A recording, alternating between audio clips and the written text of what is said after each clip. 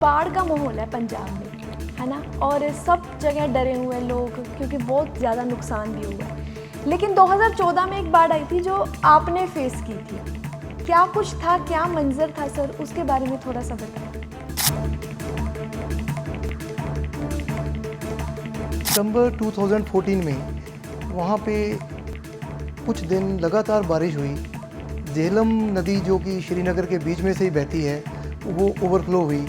Overflow होने से श्रीनगर के लाल चौक एरिया में पानी भर गया। लाल चौक एरिया श्रीनगर जो कि एक बाउल टाइप है, उसमें पानी इतना भर गया कि वो देखते ही देखते हमें 14 फीट पानी तक हमारी प्रमाइसिस में आ गया। किसी भी तरह हम इधर उधर से बच के अपना कुछ ना कुछ ज़रूरी जो भी हमारे पास कुर्ता पजामा ही था वो भी हम लेके जैसे हम छत पे पहुँचे तो पानी ने पूरे रास्ते बंद कर दिए। पानी ही पानी हो गया वहाँ पे।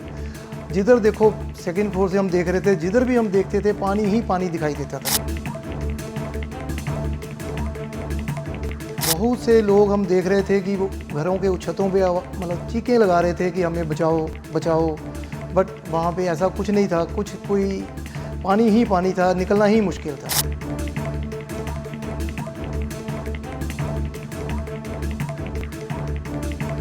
सर, तो कोई इन्फॉर्मेशन नहीं मिली थी आपको कि बाढ़ आने वाली है? क्योंकि पहले अवेयर कर दिया जाता है कि स्थान छोड़ दो, सेफ्टी की तरफ चले जाओ।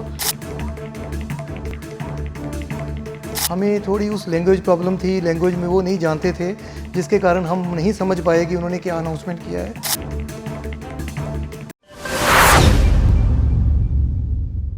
पंजाब में बाढ़ का माहौल है, हर तरफ पानी पानी है। लेकिन आज एक किस्सा आपके साथ साझा करेंगे। बाढ़ पहले भी आई थी, लेकिन एक बाढ़ आई थी 2014 में श्रीनगर में, जिसने सब कुछ डुबा दिया था। लोगों के जिंदा मरने की खबर तक नहीं थी। 14 फीट जो पानी था वो आ गया था और लोगों का सब कुछ ख़त्म हो चुका था।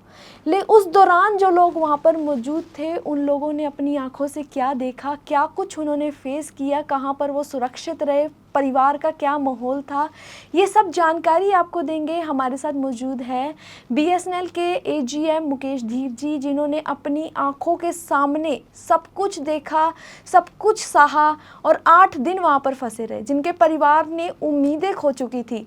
तो आज हम उनसे बात करेंगे। सर नमस्कार। नमस्कार जी। हमारे चैनल में आपका बहुत बहुत स्वागत है sir. Thank you very much. Thank you. Sir, बाढ़ का माहौल है पंजाब में, है ना। और सब जगह डरे हुए हैं लोग क्योंकि बहुत ज़्यादा नुकसान भी हुआ है। लेकिन 2014 में एक बाढ़ आई थी जो आपने फेस की थी। क्या कुछ था, क्या मंजर था सर, उसके बारे में थोड़ा सा बताएं। जी, पंजाब में बाढ़ है आजकल। पंजाब के बहुत से डिस्ट्रिक्ट्स में बहुत बाढ़ आई हुई है।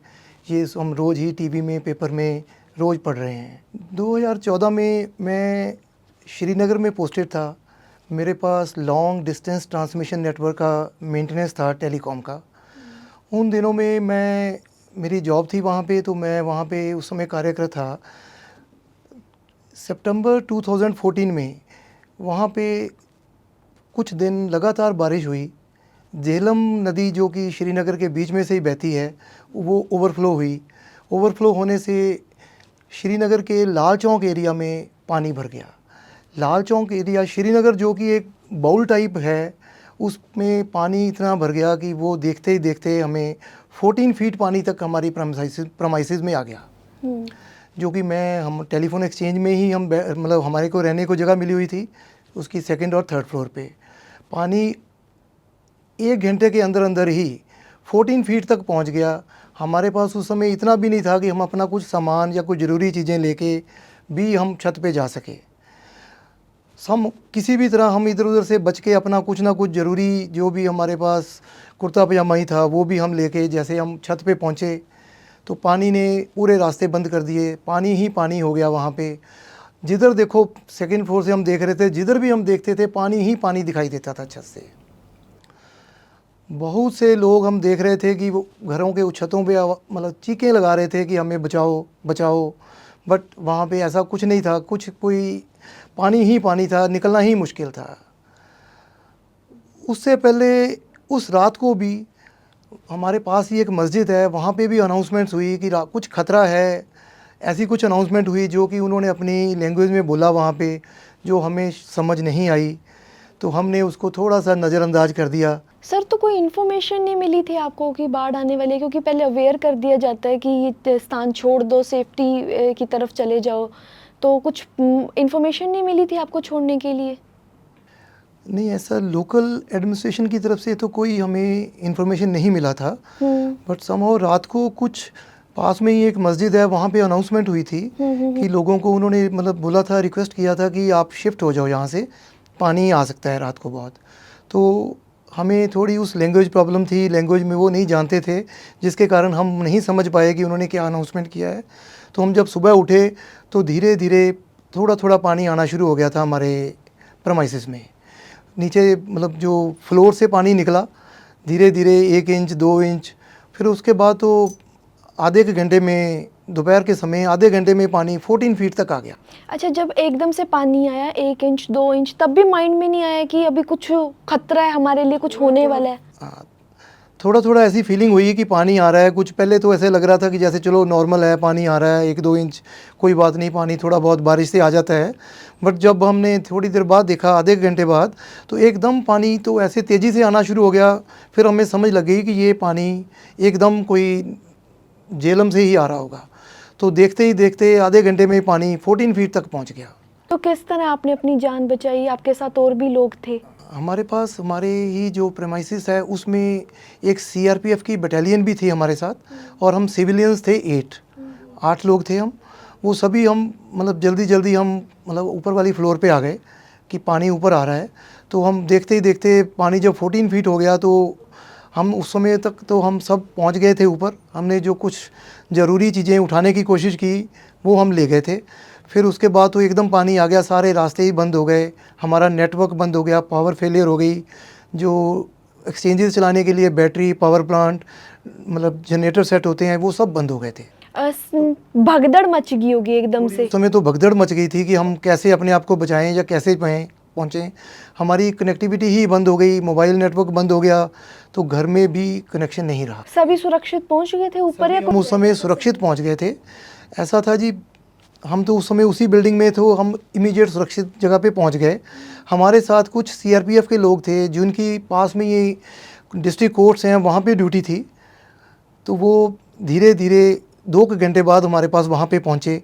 उनके लिए बड़ा मुश्किल था कि बिल्डिंग में एंटर कैसे करें। तो जो फिर हमने सेकंड फ्लोर की छत से, विंडो से एक बड़ा सा सीआरपीएफ की हेल्प के साथ एक रस्सा लटकाया नीचे, गांठें बांध बांध के, जो कि सीआरपीएफ वाले पकड़ पकड़ के वो 8 लोग ऊपर आए। नहीं, आप कह रहे 14 फीट पानी था, फिर वो 2 घंटे बाद पहुंचे, तो वो किस तरीके से? उनकी ड्यूटी थी डिस्ट्रिक्ट कोर्ट्स में, तो वो वहाँ से डिस्ट्रिक्ट कोर्ट से आधा किलोमीटर पड़ता होगा, वहाँ से वो धीरे धीरे वहाँ पे पकड़ पकड़ के पहुँचे। वो कैसे पहुँचे, जब हमारे अंदर आ गए, जो बिल्डिंग के अंदर पहुँचे, तो उनको ऊपर आने के लिए भी जगह नहीं मिल रही थी, तो ऊपर से रस्से फेंक के ही उनको ऊपर उठाना पड़ा हमें। ओके, तो टोटल कितने जने हो गए थे सर ऊपर? टोटल सीआरपीएफ के 40 लोग थे, हम सिविलियंस 8 थे।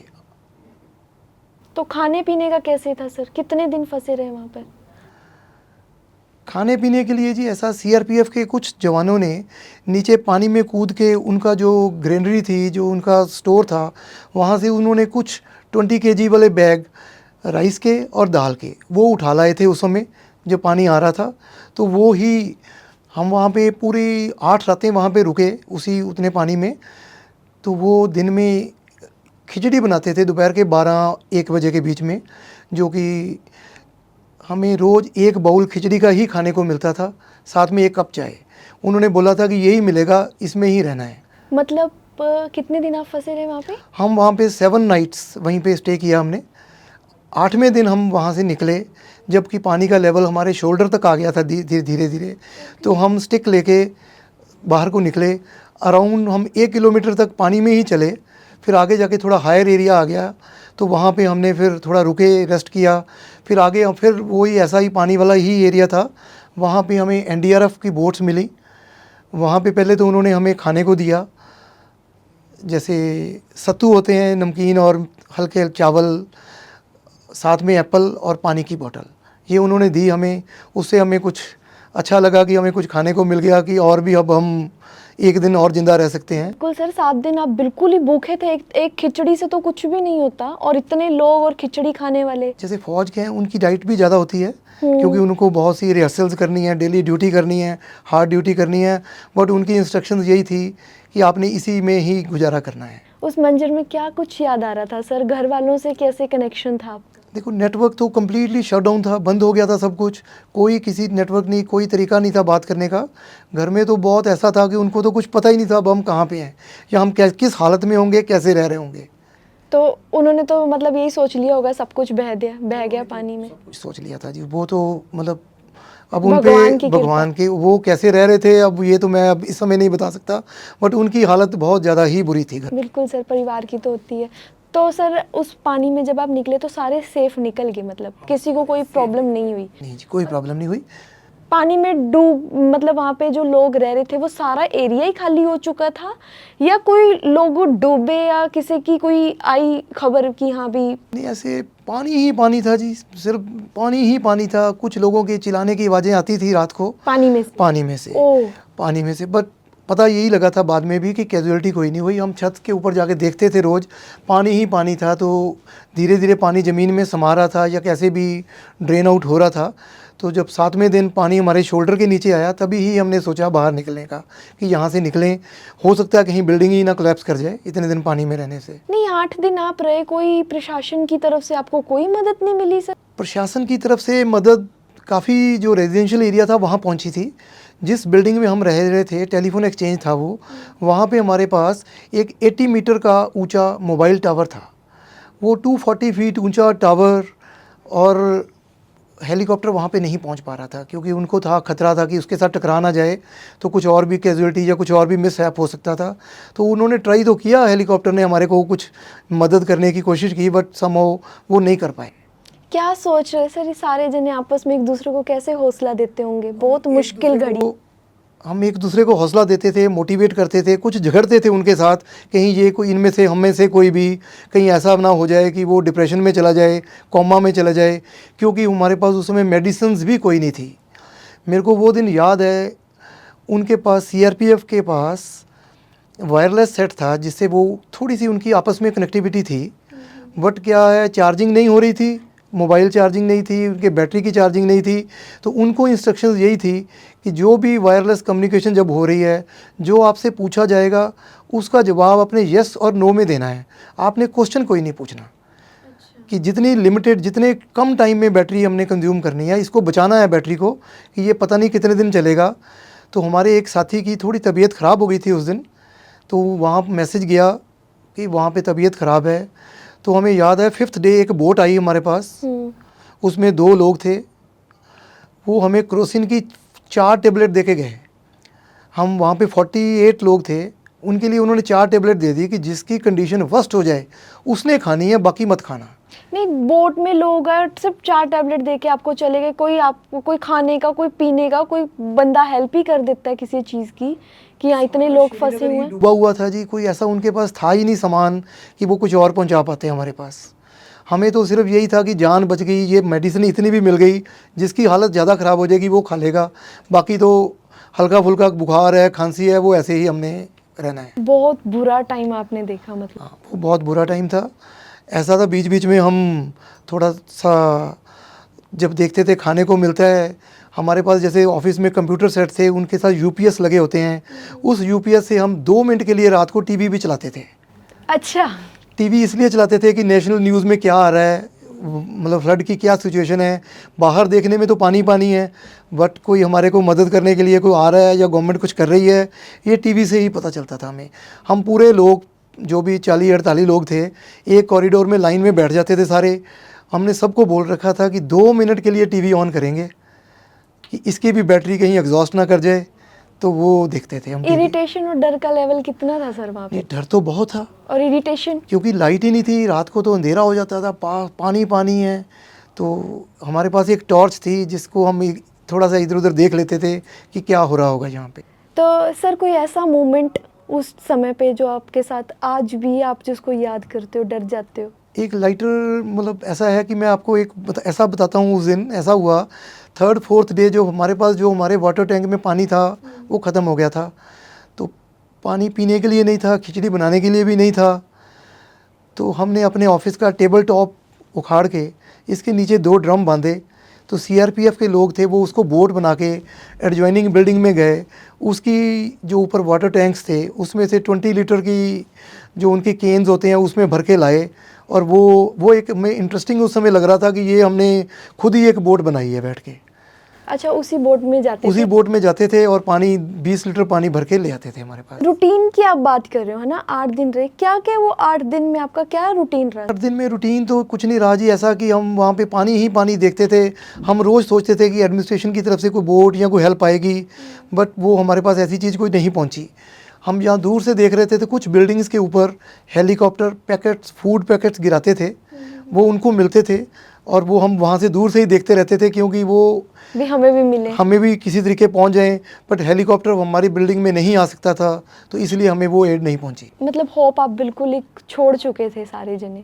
होप बहुत छोड़ी हुई थी कि शायद अब पता नहीं अब क्या होगा, कैसे आगे होगा, कैसे हम सरवाइव करेंगे भी या नहीं करेंगे। 6 डे रात को सीआरपीएफ की तरफ से एक हमें मैसेज आया एक वायरलेस पे कि लोग जो अपने घरों में मैसेज देना चाहते हैं कुछ, हमें अपने फ़ोन नंबर बता दें, हम वहाँ पे आपके घर में मैसेज कन्वे कर देंगे। अच्छा। तो 6 डे उन्होंने हमसे नोट करे नंबर। 7th डे रात को उन्होंने हमें बताया कि आपके घर में ये मैसेज हमने कन्वे कर दिया है कि आप ठीक ठाक हैं। मतलब सारे सबने अपने अपने नंबर सबने अपने अपने नंबर्स उनको नोट करवा दिए। वो कहते जी हम वहाँ से अपने आप मैसेज दे देंगे आपको, आपके घर में मैसेज पहुँच जाएगा। तो मैसेज पहुंचा घर पे? क्या 7th डे में मैसेज पहुंचा। घर वाले तो जो बहुत वरीड थे, उनको थोड़ी होप हुई कि हमें कोई मैसेज आया है कि हमारे जो घर वाले हैं वहाँ पे सुरक्षित हैं। और जब आप घर आए सर, तो क्या रिएक्शन था घर वालों का उस टाइम में? घर वालों के लिए तो ऐसा था जी, मैं आपको थोड़ा और भी बताऊं। हमारे यहाँ पे जो मेरे इमीडिएट बॉस थे, हमारे बॉस थे, वो जनरल मैनेजर थे श्री संजय अग्रवाल जी। उन्होंने हमारे लिए बहुत अच्छा अरेंजमेंट करवाया था। उन्होंने एयरफोर्स अथॉरिटी को भी बोल रखा था कि जैसे ही ये मेरे लोग एयरपोर्ट तक पहुँचते हैं, इनको जो भी प्लेन मिलता है, चाहे वो चंडीगढ़ का मिलता है, आपको लुधियाना का मिलता है, अमृतसर का मिलता है, जम्मू का मिलता है, पठानकोट का मिलता है, इनको भेज दो। आगे से मेरी हर एयरपोर्ट पे गाड़ी खड़ी होगी, वो इनको इमीडिएट घर लेके जाएगा। तो जब मेरे को रात को फ़्लाइट मिली पठानकोट के लिए, मैं तो वेट कर रहा था कि चंडीगढ़ की कोई फ़्लाइट मिल जाए, बट मेरे को पठानकोट की मिली। तो मैं पठानकोट रात को 12 बजे उतरा। तो 12 बजे उतरा तो हमारे जनरल मैनेजर सर ने एक गाड़ी मेरे लिए वहाँ पे एयरपोर्ट पे खड़ी की हुई थी। जैसे ही मैं निकला उसने मेरे को पिक किया और उन्होंने बोला है कि सर आपके लिए बहुत चिंतित हैं, आप गाड़ी में बैठे, अगर आप रेस्ट करना चाहें तो हमारे पास रुकें, अगर आप जाना चाहते हैं तो गाड़ी खड़ी है, आप जाएं। मैं सुबह 5 बजे अपने घर पहुँचा तो मेरे फादर और मेरे वाइफ, ऐसा है जी कि ये मोमेंट ऐसे हैं कि उन्होंने मेरी आरती उतारी जी। बहुत घर वालों के लिए बहुत मुश्किल, घर वालों के लिए बहुत मुश्किल था जी। और इतने दिनों बाद और इतनी मुश्किलों से सामना करके जब आप आए? स्ट्रगल था जी वहाँ पे। जब खाने को कुछ नहीं मिल रहा, घर वालों से बात नहीं हो रही, तो आसपास पानी ही पानी दिखाई दे रहा है, तो होप कम हो गई थी। उसके बाद कोई हेल्प मिली आपको प्रशासन से? नहीं, मैंने आपको बोला जब हम पानी से निकल के बाहर तक पहुँचे, एनडीआरएफ की बोट पे पहुँचे, वहाँ पे उन्होंने हमें पहले खाने को दिया। फिर उन्होंने पूछा इन केस आप कुछ मेडिकल टेस्ट या मेडिकल चेकअप चाहते हो तो यहाँ डॉक्टर्स बैठे हैं, आप प्लीज़ उनके पास जाएं। बट मैं ठीक था तो मेरे को नहीं लगा, तो हमने बोट पकड़ी और जो भी एयरपोर्ट के पास में जहाँ तक वो लेके जा सकता था हमें उसने ड्रॉप किया। फिर हमने वहाँ से एक टैक्सी हायर करी, एयरपोर्ट पहुँच गए। 2014 की बात है ना? ये 2000 सितंबर, सेम इन्हीं दिनों की बात है। इन्हीं दिनों की। और पंजाब में बाढ़ का माहौल है सर? पंजाब में बाढ़ का माहौल है। हम यहाँ पे बैठ के भी डर रहे हैं कि वो लोग कैसे रह रहे होंगे, उन पे क्या बीती होगी, जिनके घरों में अब जो भी अनाज है, जो भी चीज़ें हैं रहने वाली, सब डूब गई। पर एक चीज़ तो है सर कि पंजाब में जो पंजाबी लोग हैं ना, चाहे सरकार की तरफ से कोई मदद ना मिले तो सारे घर से निकल के एक दूसरे की मदद के लिए तो आगे आ रहे हैं। ये पंजाब में ही है जी ऐसा। हाँ। पंजाब सबसे आगे है सेवा के लिए। बाकी भगवान है, भगवान किसी को कुछ होने नहीं देता, भगवान सबके साथ है, भगवान सबका पूरा अच्छे तरीके ध्यान रखता है कि किसी ना किसी तरीके जो मेरे बनाए हुए बंदे हैं, इंसान हैं, इनको मैं ठीक ठाक रखूं, कैसे भी बचाऊं बचा लेते हैं। बिल्कुल बिल्कुल सर। और सबसे हैरानी वाली बात तो ये है ना सर कि वहाँ पे जो लैंग्वेज में अनाउंसमेंट हुई वो आपको समझ नहीं आई है ना, चलो ठीक है, पर कोई इंडियन भी नहीं था जिसको ये बात समझ आई, किसी ने आके कोई आपको अवेयर ही कर देता कि तुम यहाँ से निकल जाओ, कुछ भी नहीं था सर आप लोगों के पास तो। ये अनाउंसमेंट मिडनाइट को हुई थी जी, तो उस Midnight। मिडनाइट में हुई थी, तो मिडनाइट में तो आपको लगा होगा बस वैसे ही बोल रहे होंगे। हमें ऐसे ही लगा कि कोई अनाउंसमेंट हुई है, चलो सुबह देख लेंगे कि क्या बात थी, ऐसा क्या हुआ। बट सुबह तो चेंजेस ही एकदम हमें अब्रप्ट चेंजेस दिखाई दी, कैसे पानी का लेवल ऊपर आया, देखते ही देखते हम कैसे पहुंच गए ऊपर पानी। अच्छा, जब आपने पंजाब में बाढ़ का सुना तो फ्लैशबैक हुआ सब कुछ? बिल्कुल जी, बिल्कुल हुआ। हम तो रोज़ प्रे करते हैं भगवान से कि सभी को सुरक्षित रखें कैसे भी, क्योंकि पंजाबी हैं, बहुत सी एड पहुंच रही है, बहुत से लोग मदद के लिए जा रहे हैं। मैंने यहाँ पे देखा है लोग तन मन धन के साथ मदद कर रहे हैं। बिल्कुल सर। क्या मैसेज देना चाहोगे सर जनता को, जो वहाँ पर आपने तो हिम्मत और हौसला दिखाया, पंजाबी भी दिखा रहे हैं, पर जिनके घर बर्बाद हो गए, सब कुछ ख़त्म हो गया, क्या कहना चाहोगे? हिम्मत ही रखनी है जनता के लिए, यही हमारी मेरे को है कि हिम्मत रखो, भगवान सब भला करेगा। बहुत अच्छा लगा सर आपसे बात करके। तो ये थे हमारे साथ मुकेश धीर जी। 2014 का उन्होंने अपना एक किस्सा बताया कि 14 फीट पानी था जहाँ वो काम करते थे। श्रीनगर में सारी तरफ पानी ही पानी भर गया था, कोई खाने पीने की चीज़ नहीं थी, पूरे दिन में खिचड़ी खाते थे और कुछ घर वालों को नहीं पता था कि वो जिंदा है, कहाँ पर है, किस तरीके से वो उस मूवमेंट में रहे। और पंजाब में अब बाढ़ आई है, ना तो पंजाब में आई बाढ़ में जो नुकसान हुआ है उसे भूला जा सकता, और ना ही जो 2014 में इन्होंने अपनी आंखों से देखा ये पूरी ज़िंदगी भी नहीं भूल सकते। हम तो यही भगवान से दुआ करेंगे कि सभी लोग सुरक्षित रहें अपने घरों में। नमस्कार।